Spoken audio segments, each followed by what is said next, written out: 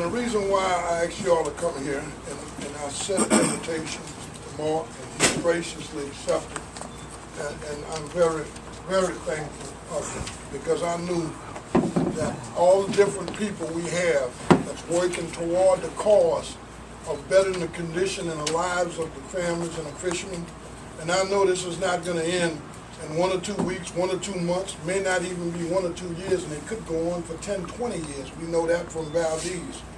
I felt the need of having someone that the fishermen trust, that they have worked for, that have had a long-term relationship with this community. And I think, you know, with Mark L'Oreal and Ron Chisholm, I think that's two people, there's no question, that the fishermen resonate with and trust. They have a long history. And I'm grateful that he accepted our invitation. And I'm going to ask him, and I'm going to ask all of you who feel that you're trying to do something for the cause of the fishermen. I've asked Mark L'Oreal and his staff to take charge of everything.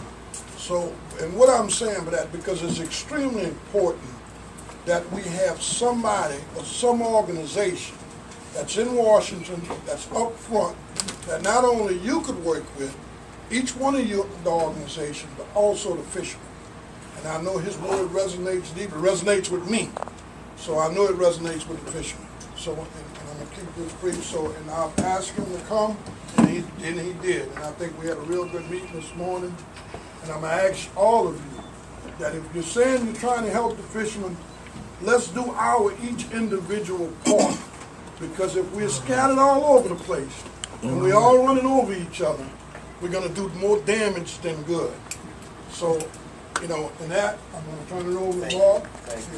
Thank you, Mark. Appreciate you, man. Thank you. I appreciate you.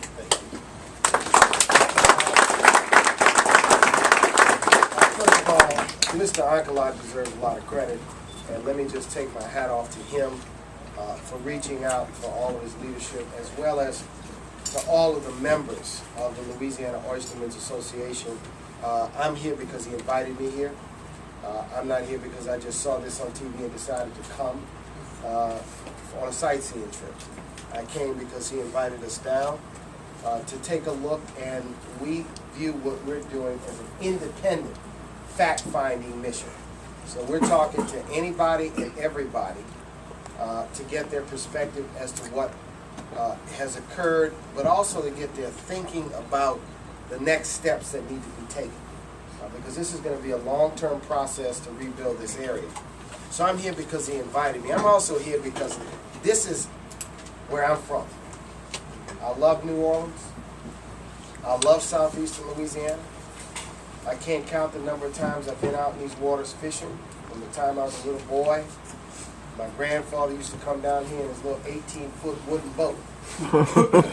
And in the days when I was a young lord going down to the East Pointe-LaHache Courthouse, down here representing a handful of people handling cases down here. And I followed the advocacy of people in this very important part of our state. Like everybody, we've all been touched by what we've seen. This is a big disaster. And it is a great, big, huge challenge.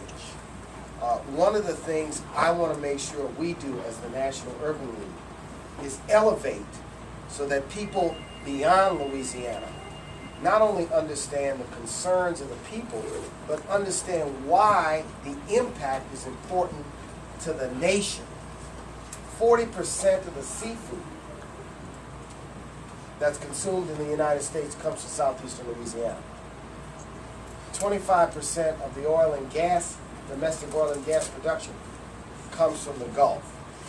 And behind that, there are men and women and families who work in those industries, who make a living, who have to survive, whose lives have been interrupted by this incident. So I want to say why we're here, and I've got a number of people on our team who are here. I want to introduce, first of all, Nolan Rollins. Nolan is the president of the Urban League of Greater New Orleans. He's new to the region. He's been here 2.5 years. but is revitalizing our affiliate in New Orleans.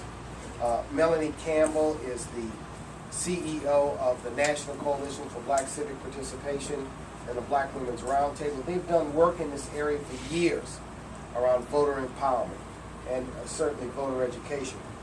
Chanel Hardy is the Executive Director of the National Urban League Policy Institute. That's our voice on Capitol Hill, our connection to Congress and certainly to the White House and the administration. Herman Lassard, who now serves as Senior Vice President of Affiliate Services, meaning we have 100 affiliates around the country, also served for 2 years as the Urban League's Katrina Czar.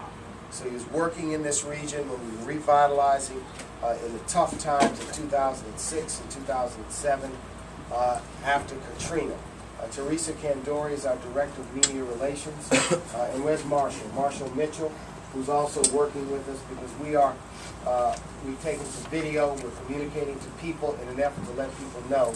So they are part of our delegation. They're also friends of the league and friends like Tracy Washington of the Louisiana Justice Institute, certainly Winston Burns, who is a big supporter of the National Urban League, Ben Jeffers, who is also here, former chair of the State Democratic Party, Angel Wilson, where's Angel, who's here, who's worked with me in so many capacities over the years.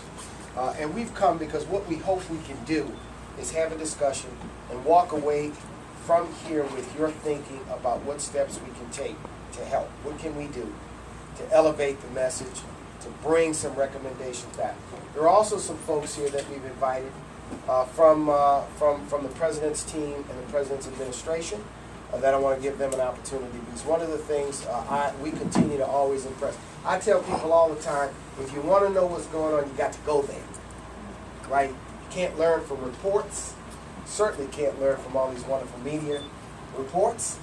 You've got to go, you got to talk, you got to see. So we spent 2.5, 3 hours going down Wilkerson Bayou, out to Barataria Bay, went to go look and saw a lot of the work and a lot of the effort that's going on, because we wanted to get a sense and see what we could about the impact, but also get a good feel about what was really going on out there and how things certainly have been interrupted.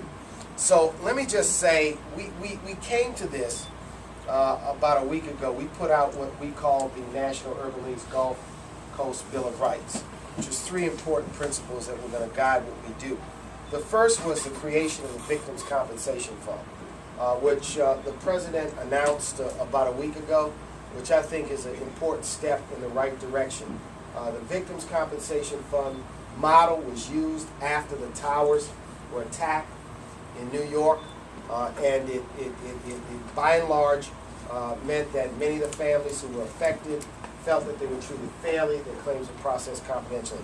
I know that there's a whole lot of work to do to expedite this claims process, and I'm very interested in knowing from the fisherman, Mr. Ankalaud, very specifically and precisely about that, about how we can do that, because we know that getting money into people's hands so that they can survive while their work is interrupted is paramount. It's important, and we certainly want to hear what you have to say and what your thinking is about that. The second thing is that there has got to be a long-term plan to rebuild coastal Louisiana. Because if this is just something that in 2 months from now, television cameras go away, and there's no long-term plan left behind, that would be unfair. And so we've got to make sure that the voice about what it takes, you look at those marshes out there, in terms of what they look like compared to what they looked like 5 years ago, 10 years ago, 15 years ago, 20 years ago. And not only rebuild them up, but help people rebuild their businesses, rebuild their lives, coming out of this. That's the number 2 thing. The third thing we are most concerned about is making sure that offshore drilling is going to be safe going forward. There's a lot of concerns about this. I think that they're legitimate concerns, but whatever has to be done needs to be done quickly so that people can work. That is very, very critical and very important. So we're here